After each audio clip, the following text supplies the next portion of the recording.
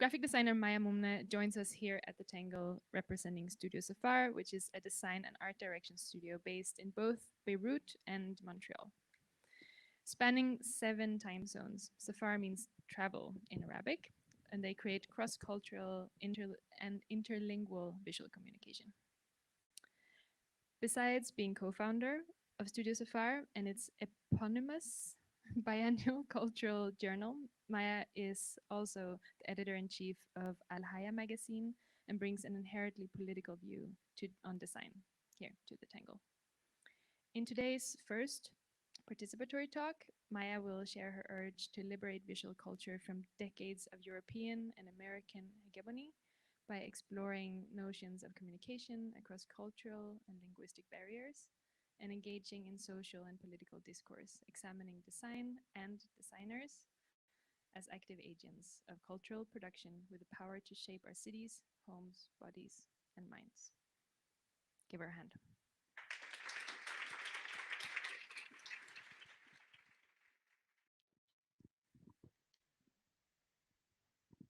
Thank you so much for having me here. I hail all the way from Montreal. And I'm very, very excited to be here. It's my first time in Copenhagen or Denmark altogether. And I'm excited to share with you this talk. When we get invited to give talks, we rarely focus on our work. We talk a little bit more about the process of our work and what leads us to do what we do, instead of stopping at every project and talking about, who this was for and why we did it, et cetera, et cetera. You'll see our work throughout this presentation, but it's going to be more of a conversation and kind of unraveling of our thought process throughout the years. Um, Studio Safar is a design agency and a publisher that's established in 2012. Um, Originally from Beirut, Lebanon, a very small city in a very small country, sandwiched between Syria and Palestine. And we now have offices in Jojake, which is also known as Montreal.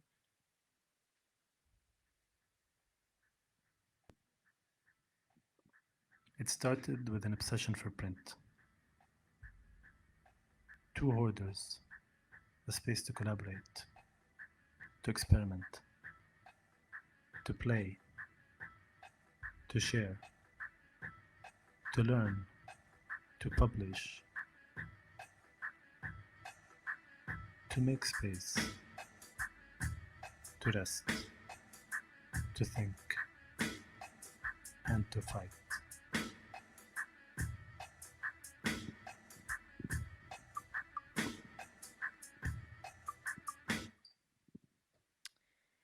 I'm going to start out with 4 words and their definitions before we jump into this whole thing. Seeing as we're a design agency that stems from Beirut, approximately 80% of the work that we do is done in Arabic. And since there's been a global interest in Arabic in the past few years, we're just going to go through these definitions because they pretty much inform a lot of the conversations we have at the studio when we're approaching work, depending on who the client is and who the work we're doing is for. The first word is fetishize. It's to have an excessive and irrational commitment, devotion to, or obsession with something. The second word is romanticize. It's to deal with or describe in an idealized or unrealistic fashion, so to make something seem better or more appealing than it really is. The third word is exoticize, to portray someone or something unfamiliar as exotic or unusual, to romanticize or to glamorize it. And the fourth word is pastiche, which is an artistic work in a style that imitates that of another work, artist, or period. Unlike with most magazine studio timelines, the design studio came before the magazine. So most of the times when there's a design studio that also publishes a magazine, it's usually the other way around. The magazine comes about and then it does so well that the collective behind the magazine gets commissioned to produce features or stories or editorials, and then they actually create a studio so that the studio can get commissioned by big corporations and clients. The studio adopts an experimental approach to design, and the studio was founded by myself and my partner Hatem Imam. So the two of us co-founded the studio in 2012. Evoked by its name, Safar is concerned with notions of communication across cultural and linguistic barriers. Safar is Arabic for travel. Most of the work that we do services the extended cultural sector and is engaged in social and political discourse. Growing up, studying, and then working and producing from Beirut, we always felt like has always been a big gap in writing about regional design and visual culture. There were conversations and disputes to be had, as well as opinions and discoveries to be made.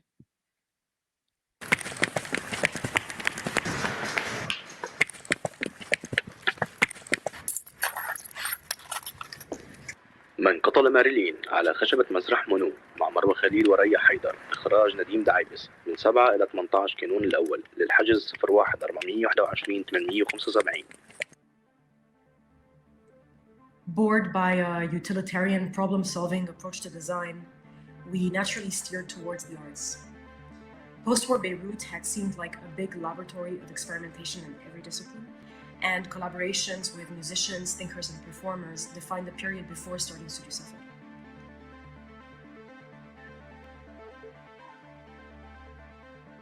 Conceiving the studio put us face to face with the urgent questions we had been obsessing over: identity, multilingualism, and nostalgia. We essentially felt an urge to negotiate a relationship with a complex and chaotic baggage of visual culture. And this all started with our name. We wanted an Arabic word, and at the time, almost all design studios in Beirut had English names. We chose Safar, which is Arabic for travel, to convey notions of exchange and communication across physical and linguistic barriers.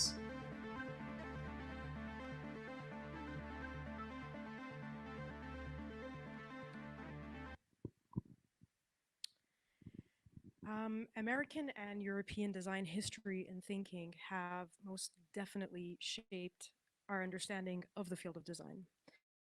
And while we may think this is a result of globalization, a more accurate term for this is colonialism. Colonialism starts with language and extends to all fields of cultural production, from fashion to architecture and, of course, design. Um, and we see this very vividly in academia. These are very few of the numerous books we studied in design school in Beirut, and they all hail from North America and Europe. In the Arab region, we had close to no documentation of our own visual culture with regards to printed matter and graphic design. And when we talk about the hegemony and heavy influence of American and European design history and thinking, specifically in academia, we mean the courses given and the works produced. This is, we find, a double-edged sword. On one hand, there is something exciting and new about the assemblage of influences and references. But on the other hand, there is definitely a partial erasure of local conventions and representation. Early in our practice, we discovered a series of these publications by an Egyptian designer and artist called Mahidine El-Abbad. These books were published in the late 70s, early 80s. And this was during, I mean, these were published in Cairo, but in Beirut at the time, Beirut was undergoing a civil war. And these books are a series of publications that were completely written, drawn, and published in Arabic about design and visual culture from the region. And it blew our minds to know that actually there is a history and people were writing things. They just were never documented or archived. Owing to the absence of local institutional archives that specialize in prints and visual and material culture, we mostly rely on the personal collections and archives of our friends and colleagues. Some of these are Instagram accounts. Other forms can take, other things can take on the forms of blogs, let's say. But this is mostly how we gather this material. But for the very first time in 2020, an academic book on the history of Arab graphic design was published in Cairo by Haytham Nawar and Bahia Shab. And this book is now used in universities. There's also been a surge of publications and publishing houses that have been working even before that history of Arab graphic design book came out on design and visual culture from the region that have been published, and it's an ever-growing library, in fact.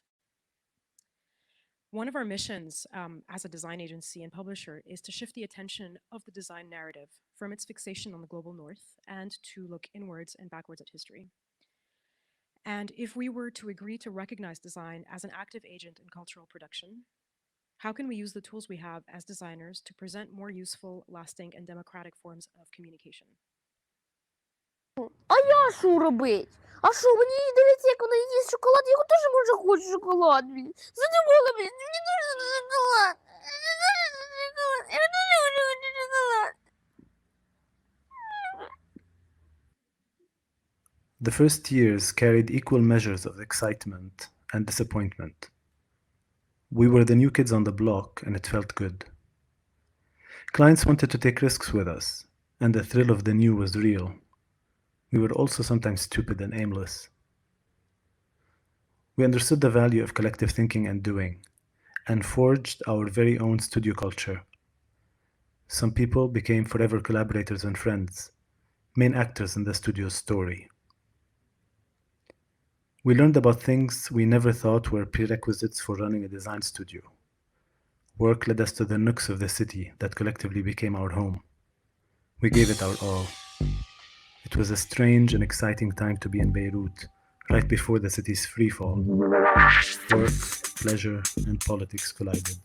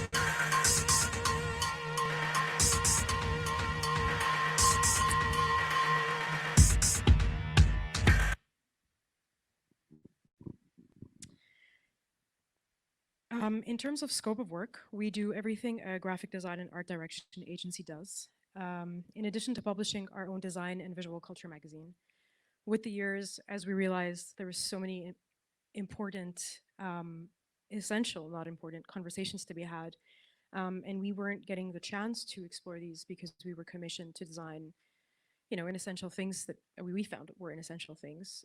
We decided to publish our own magazine. We had no prior experience in publishing or writing, for that matter. But the determination was there, and so we started a magazine. I'm just going to give a little trigger warning before I go to the next slide. I'll be showing images of the explosion that hit Beirut in August 2020, so I'm just going to give a second for anyone who would like to leave the room or not look at the screen. Just a little heads up. August 4th was basically the cherry on top of the situation in Lebanon politically and socially, and the reason why we now have an office in Montreal. The country had been undergoing a very, and still is, a very severe economic crisis that has left most of us without access to our money in our bank accounts. And in August 2020, a really big explosion hit the port of Beirut and leveled a portion of the city. This is our street, and we lost our studio to this explosion. These are, of the following slides are just a few screenshots of tweets that we've collected and Facebook posts that pretty much summarize the situation back then. Some of the events have changed since, but this pretty much summarizes it. Lebanon has been dealing since last year with rampant fires, brutal opposition from government to the popular uprising, a collapsed economy in free fall, informal capital controls on banks, essentially meaning everyone lost their money. More than half the country under the line of poverty, exchange rate to the USD soaring, with the minimum wage dropping from $450 to $80 a month, COVID numbers rising and putting strain on a very fragile healthcare system, and now the explosion that leveled most of the city. Amid the unspeakable catastrophe that unfolded in Beirut, new COVID 19 cases have skyrocketed in the past few days. And since we've been pushed to such extreme conditions of unlivability, we're now strictly fearing contagion because it either means we'll be excluded for weeks from lending out a hand to the hundreds of thousands who've lost their homes, or that we'll find ourselves with no safe space to quarantine, or even that, God forbid, we require hospitalization. We will not be able to find available rooms in our destroyed medical facilities because torn limbs always trump shortness of breath. The Lebanese state and its apparatuses did warn us about a global pandemic, but they failed to inform us that, in the meantime, it was readying itself to wipe us all out with a nuclear blast. The weekend right after the blast, we organized a really, really massive protest in the middle of the city, right in front of the explosion site. And everyone was, readying to basically eat our politicians alive. Today, the whole world is watching. We need a member of every single household in Lebanon in the streets today and tomorrow and after. We clean the rubble, we raise the funds, we make the policies, we save each other, we make the country, and the next step is that we are the government. Of course, during the uprising that started in October 2019, a lot of us from the studio would close down the office and head down to the streets. This was a very, very important part of our being and our practice. And during this whole during these whole 2 to 3 years, we also felt like, what is it that we could do as designers as well? I mean, we are trained to be communicators, and how else can we communicate to get, the world to understand what's going on and to make impact and change? This was the protest after the explosion, and one of the last biggest protests before the uprising kind of dwindled out. We were met with a lot of tear gas and rubber bullets, and many, many, many people were hospitalized from being shot by the Lebanese forces. This was just 4 days after the explosion. And it was very evident for us by then that, design and politics really do go hand in hand. As designers, we've been trained and encouraged to apply our skills and imagination to sell inessential things at best, like cigarettes and sneakers and credit cards and recreational vehicles, but never to speak up about or tackle politics and mental health and environmental and social crises, and the list goes on and on. On the foreword of one of our issues that came out during the pandemic, this is what we wrote: pandemics, policy, and economics try to dampen the fact that we have a voice, and yes, it will be heard. Almost all of the articles published in that issue were about the situation, what was going on. At the time, we were also struggling, like most small businesses and small agencies, financially. We couldn't access our accounts, and our clients could not transfer us money. In addition to that, because of the pandemic, the banks were closed, and we noticed that the banks were actually taking a lot of money from our bank accounts every month. And so what we did is we published our statement of accounts online on Instagram and tagged all the branches of our bank. First, to communicate that, we're not just going to be posting pretty pictures online because we're designers. This is as much a part of what we do as designers. And second, to let other people who are struggling with this know that they weren't alone. And just a few days later, the bank called and they reimbursed us. In terms of impact, we often ask ourselves, we do things, but we often ask ourselves and get asked, what's the impact that this work is creating, and can you really measure that impact? As designers, we're often called upon to perform a service, one whose parameters are quantifiable in terms of form and performance. How will my design fit, and what impact will it have? Our focus is on the market, the reach, how many centimeters, clicks, or dollars. And they call us problem solvers. But where in the ranks of all known professions is graphic design positioned? Graphic design remains largely excluded from the cultural scene. Exceptionally, when we are working for the cultural sector or for social enterprises, we're given a little bit more space. We're expected to broaden our research and get involved and have a say. The designer as author, as social agent, as activist can be actualized in selected circumstances with those kinds of projects. How many of you are familiar with the kafala system? Okay. This is a form of modern day slavery and exists to this date. The kafala system, well, I'll describe it in a second, but before that, I want to say that almost every single household in Lebanon and the neighboring countries have a live-in employed migrant domestic worker. Kafala is a system that allows employers to sponsor foreign laborers. At face value, the system doesn't seem bad and sounds like it could be a win-win.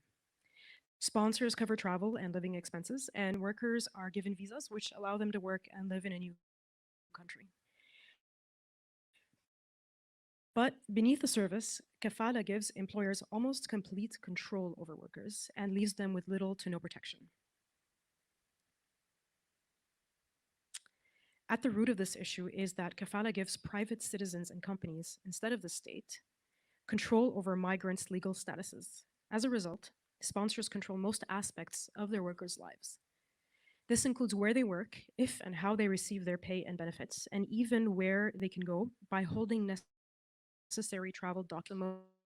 Most of them get their passports confiscated as soon as they sign a new contract. So their sponsors just confiscate their passports and keep it in a safe. To make matters worse, workers have almost no way of fighting workplace abuses as they are not covered by the country's labor protections. The abuses we're talking about here are, other than what I mentioned already, is verbal and physical assault, which happens on the daily in most households. The fifth issue of our is themed migration. And while we were working on, we thought we're going to talk them for sure. And at the time, this wasn't part of the digital world. And we interviewed two women who were former migrant domestic workers, came to Lebanon through that route, escaped, and started a grassroots initiative called Egna Legna, or Enia Lenia as they pronounce it, that helps kind of inform migrant domestic workers on what they're getting themselves into, does a lot of work too on the grounds in the countries before the migrant domestic workers come to Lebanon or the neighboring countries. They are Megdes and Sigereda are from Ethiopia.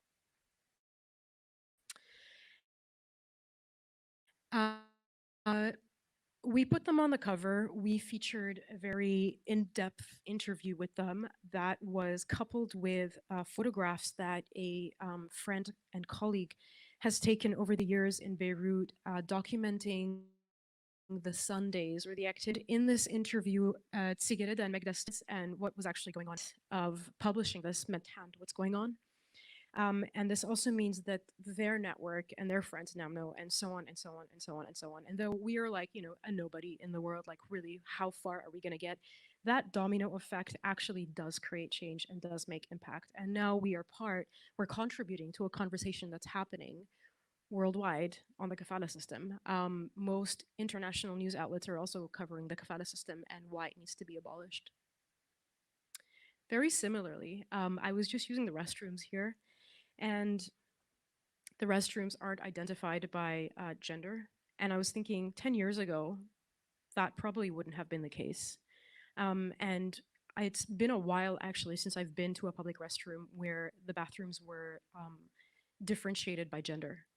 So I just want to say that, you know, these things, this is community work. This really does create everlasting impact, and it's a domino effect that is real and is happening. We've published 7 issues to date. The first issue we published of Safar was themed Nuruz. The second is animals. The third is obsessions. The fourth is nostalgia. The fifth is migrations. The fourth is power. And the 7 is themed networks. Our 8th is coming out, and it's themed tongues. Safar's latest and 7th issue examines the sprawling and ubiquitous life of networks of money and the many, many ways it moves. And obviously this is themed networks, and we're addressing money heavily because of the situation we come from and we're undergoing. But also networks of food, networks of distribution and consumption, networks of care and mutual support, networks of resistance, and networks of revolt against the complicated webs that continue to divide, enforce, binaries, and oppress. The issue highlights how different networks are manifested in the visual realm via drawings, maps, photographs, documents, and renderings. It also aims to engage with the history of radical networks, such as mutual aid, anti-colonial, and transnational feminist formations, that may teach us how to mobilize against our present and towards emancipatory futures. This is the inside cover. Our cover features a person who performs a money exchange in Lebanon. I'm going to read the foreword that was written by two of my colleagues about her. The day we shot Adele on the cover in Ihdin, North Lebanon, the exchange rate on the black market was over 20 times the official government rate. Hyperinflation is one of the most crippling and visible manifestations of Lebanon's economic crisis over the last 3 years. We aren't kidding when we say everyone and their mother has become a serraf, which is a money exchanger. Adele manages the money for her son's restaurant, where they now deal with a daily influx of tens of millions of Lebanese liras. They carry bags of the local currency home only to exchange them for a handful of US dollar bills. Customers pay in Lebanese lira, but suppliers only accept payments in US dollars. And Adele found herself exchanging lots of paper money for friends, family, neighbors, customers, and her nickname, Imid Dollar, which is Dollar Mama, has stuck ever since. This issue of Safad is about networks of money, and the many, many ways it moves, and I just read that. The little asterisk at the bottom says, hyperinflation in Lebanon has sent the value of the Lebanese lira plummeting from 1,500 Lebanese lira to $1 in 2019 to 34,000 Lebanese lira to the dollar on the day that this photo was taken. I also want to mention that today, $1 equals over 100,000 Lebanese lira. That's less than 5 years ago. These are just some slides from the latest issue that is currently in bookstores around the world and online. In the 7th issue on networks, Safad explores the community building practices and spaces of print collectives from New York to Spain, discusses symbols and short-term safe spaces in Palestine, shares the Black American lineage of resistance through mutual aid, examines the directions in which film distribution and production have historically flowed in Lebanon,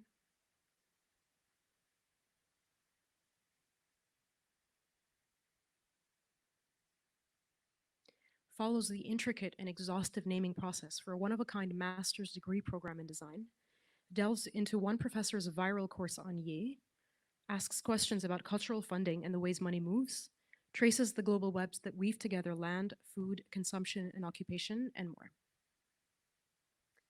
These are some more slides.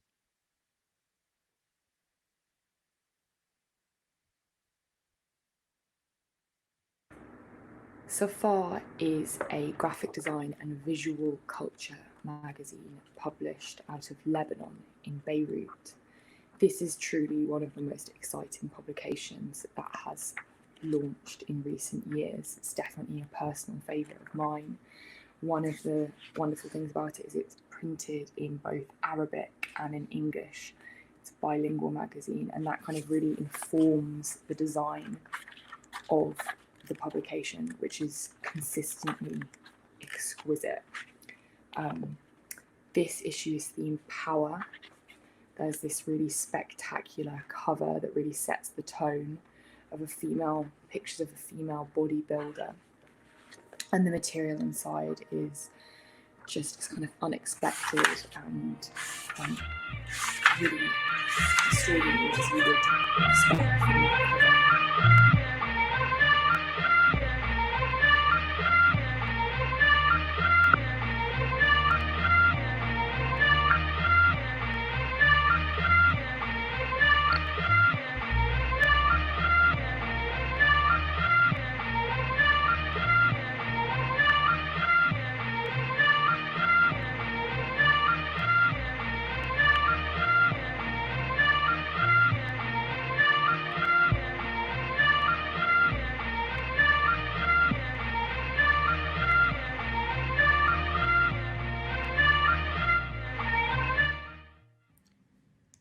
We had the publishing itch from the very start. Before Safar was born, Hatem had co-founded Samandal Comics and Hayya Records. There has always been a big gap in writing about regional design and visual culture. There were conversations to be had and disputes and opinions and discoveries to be made. We started the journal because we wanted to stop and to reflect. The magazine was both an internal field of experimentation and a public interface of our thinking. Through making it, we discovered our voice. We spoke about the urgent topics that were shaping our world: nostalgia, migration, power.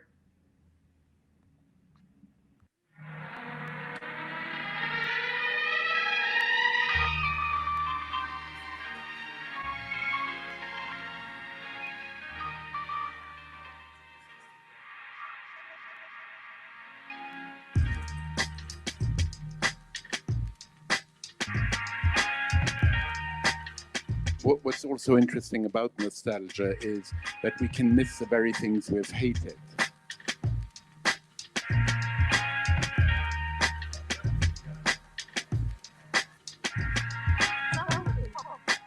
At least this is my circle of communication with my students. I want to preserve as much as I can and give it to somebody else.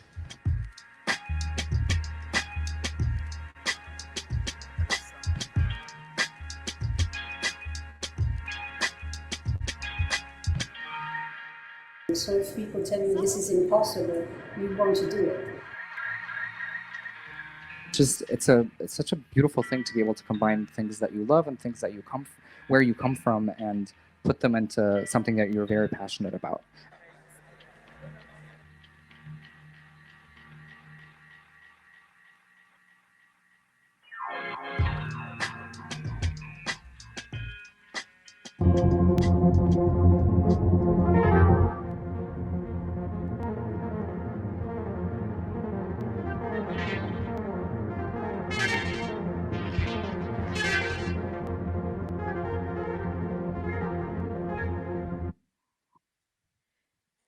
I'm going to end by quoting the First Things First manifesto. We propose a reversal of priorities in favor of more useful, lasting, and democratic forms of communication, a mind shift away from product marketing and towards the exploration and production of a new kind of meaning. The scope of debate is shrinking and it must expand. Consumerism is running uncontested. It must be challenged by other perspectives expressed in part through the visual languages and resources of design. That's it for my talk. Thank you.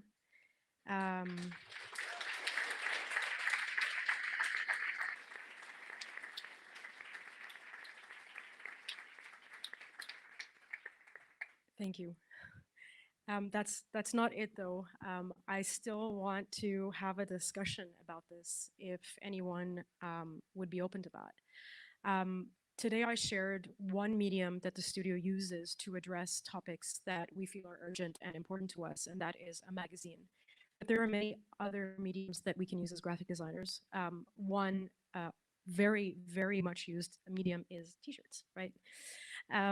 I would like to invite anyone to, you can stay in your seat, you don't have to come up, to pick a topic that matters, pick a medium through which to disseminate the information around that topic, and then together brainstorm ideas to design an impact. Maybe we can get the lights on so I can see the hands, if there are any hands. Would anybody like to make this less awkward for me?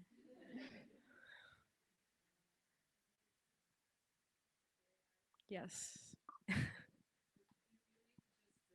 Repeat what I have to do, please. Okay, so I am inviting you to work together with me to brainstorm designing an impact. Okay. The steps for that are, let's pick a topic that matters to you. That could be a global issue or a personal matter. And then we're going to pick a medium together. And then we're going to brainstorm ways to design an impact. So how can we actually create an impact through the topic and the medium through which we're disseminating that topic? Okay, should it be something, does it have to be something big or small? It can be anything that you It's want. like food wasting, is it a Food good- waste, absolutely. I don't know, it just popped up. Yeah, so food waste is a really important one, and one that we see very, very prevalent. And again, more and more and more restaurants, cafes, et cetera, are A, working with less food packaging, and B, working with food packaging that, what's the word? Like, doesn't decompose. What's the word? Biodegradable, thank you. And actually, it's almost become a kind of thing, especially in certain cities, where it's almost like shameful to have packaging that's not biodegradable or to serve plastic straws, which is incredible. I find, like, look at that 7 years ago. Okay, so let's pick a medium to talk about food waste. Yes.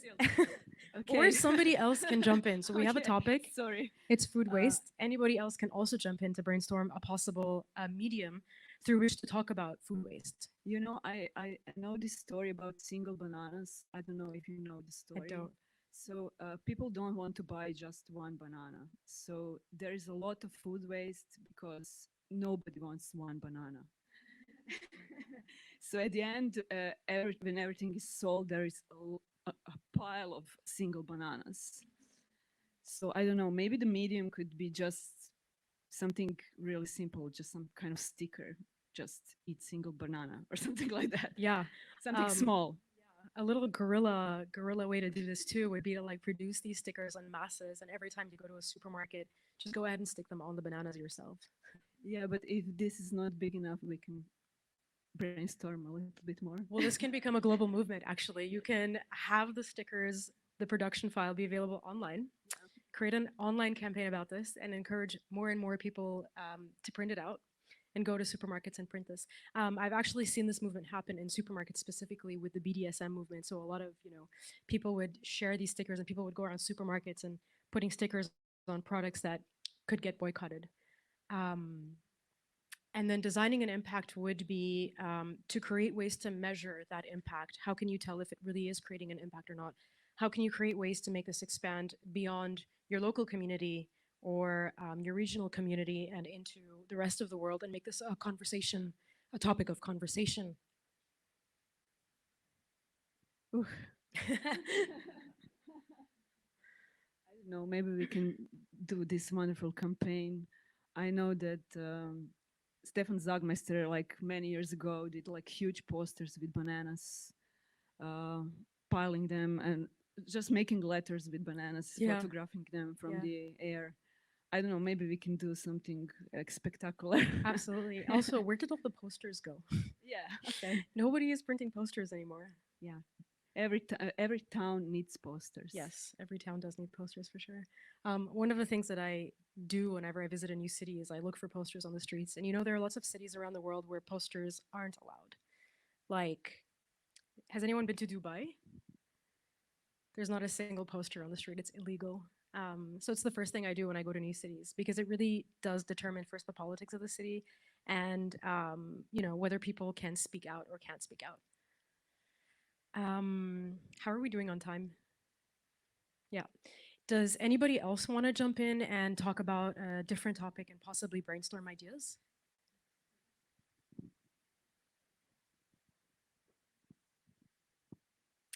You're also free to ask me any questions that you have.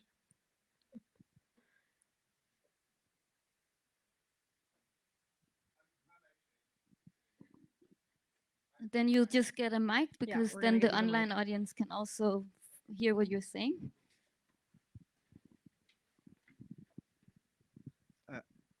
Hi there. Hi. I'm actually interested. You started by saying that most design is kind of like consumerist or designing for consumption. That was the start of your talk.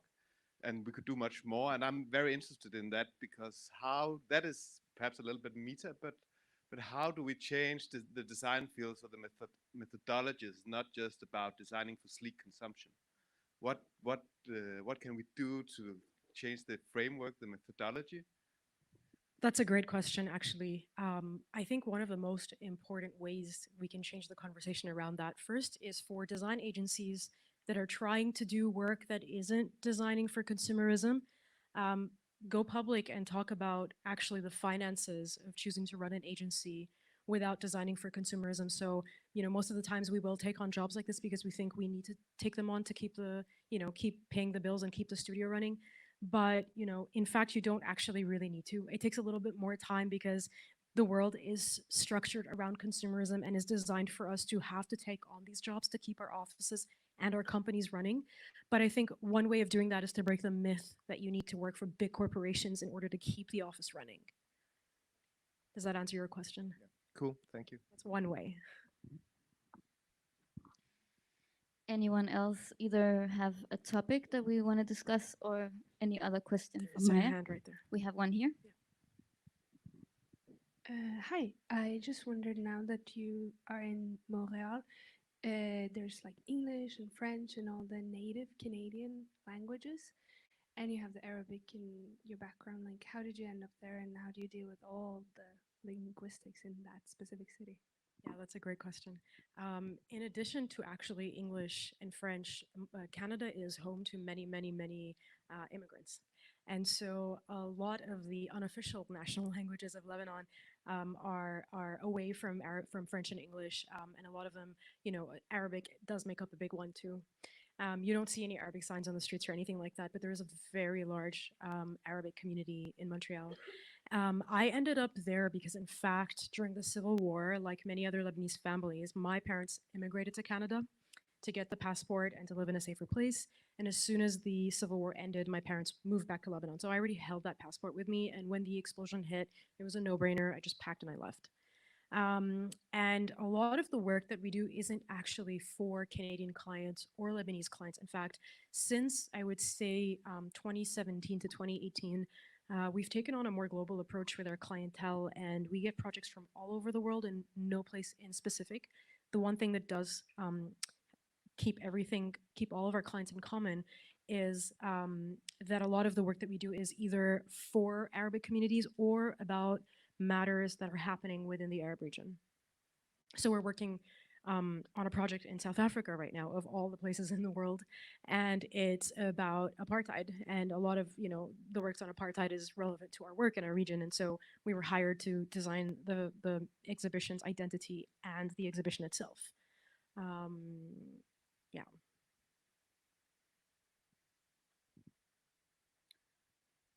Thank you. We also have some input from the online audience. Someone is saying, any ideas on how we make people stop throwing cigarette butts in the streets? Hashtag first world problems. Guilty, but yeah, that's a great, I mean, this would require more of a brainstorming instead of me giving a solution. I can't think like this on the spot, but that is a big, big thing. I have to say though, I am a smoker. I don't know if I'm allowed to say this, but I am a smoker. And in many places where there are no garbages, I do actually do this bad, bad thing of throwing my cigarette butts on the floor.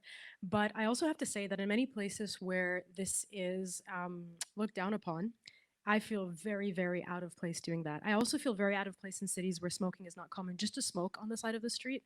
I think that's an important one. I mean, that kind of community consensus actually does manifest and change people's behaviors around things like this. So where, let's say in Beirut, I would really not be conscious of flicking my cigarette out the window or anything like that. I would, in a city like Montreal, think twice before flicking my cigarette on the street or even smoking on the side of the street.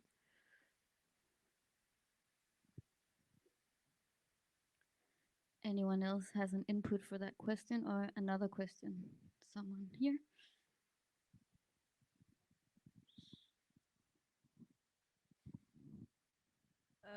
Yeah, when I saw that question pop up, I immediately thought about these images they put on the cigarette packs, and in my opinion, they're like completely senseless because I used to be a smoker and I didn't pay any attention to like these blind eyes or burned lungs that are on those packages. And as far as I know, they're implemented by policies.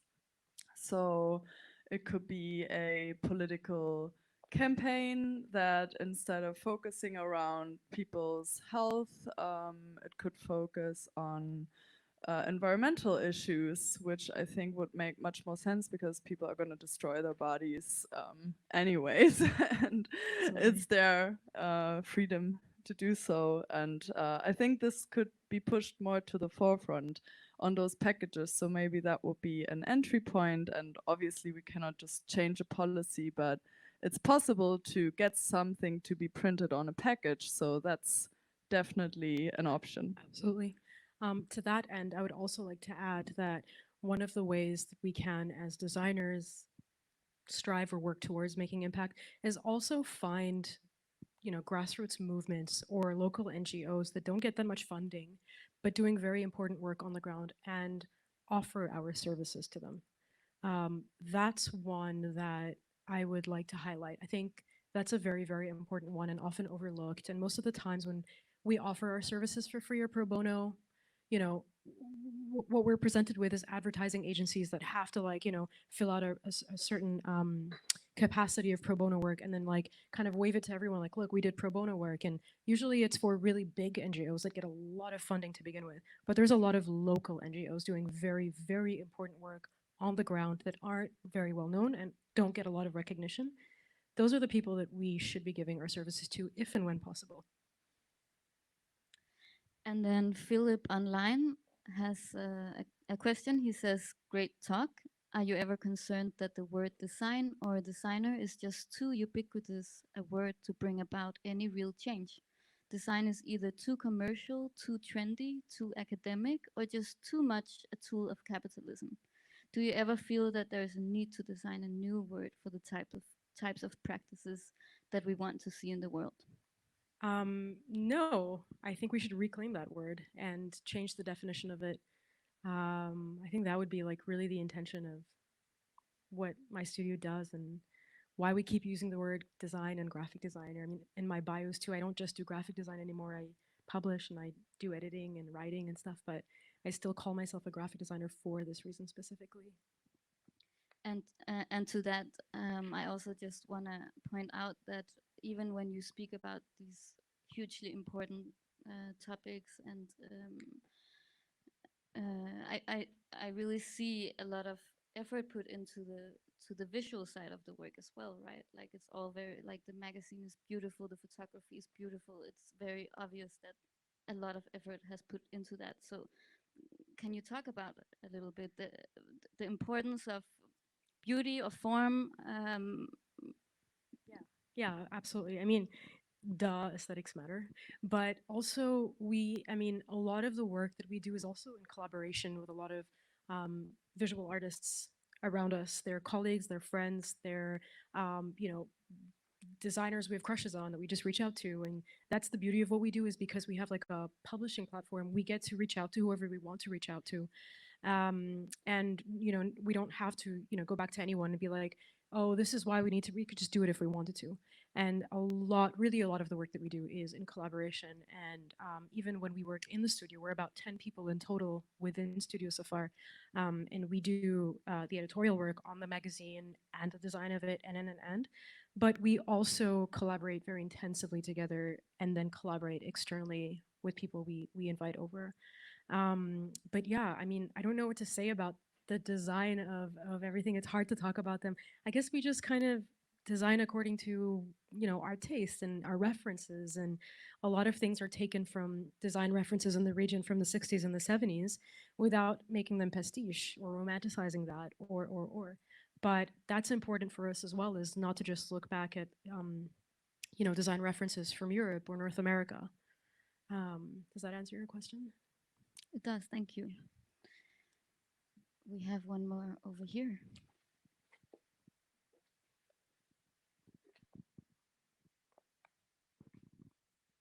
Hi. Just making a bit a link of what this other person said about the packages, and I was thinking about the turtle with the straw and then in the nose, and how some images really touch people, but it's so hard to keep everybody engaged for longer, like in the beginning of the pandemic and the dolphins in coming back, and we thought like, well, the future is changed, but it's so quickly coming back to I will not call normal, but this other mindset that is like really structure our routines. And having that said, I was just wondering to know what keeps you motivated in moving forward and trying to engage people. What keeps you engaged? I mean, I think if we didn't get to a day and age where we realized as designers that actually we can be in control of the types of projects we take on, and the words that we publish, I think it would be very hard for me to continue working in this field, to be completely honest with you. I think the reason being that we do so much work. We do a lot of boring work too, by the way. It's not all of our work is like fun and meaningful and everything. But because we do get to do a lot of meaningful work, and we have such a beautiful, beautiful studio culture and sense of collaboration with all of our teammates, that's like a big, big thing for me. And I always talk about the difference between working as a freelancer and working in an agency that is not a corporate one, is that that sense of collaboration and studio culture and bouncing the ball back and forth and just hearing what other people have to say and then coming up with a result that really is a product of teamwork. I don't think there's anything more beautiful than that within the practice that I'm in. There really isn't.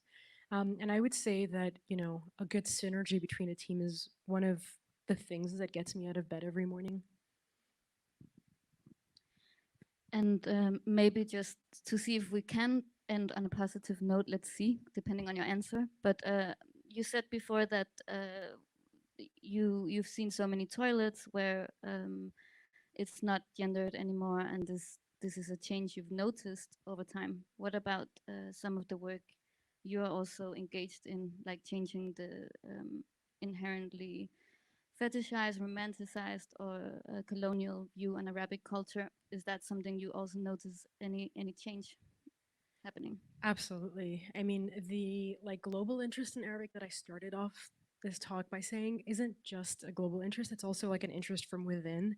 We are a post-colonial country, and so, you know, we still suffer from inferiority complexes with I'm going to use the bad word, I'm going to say the West. But this is still a thing.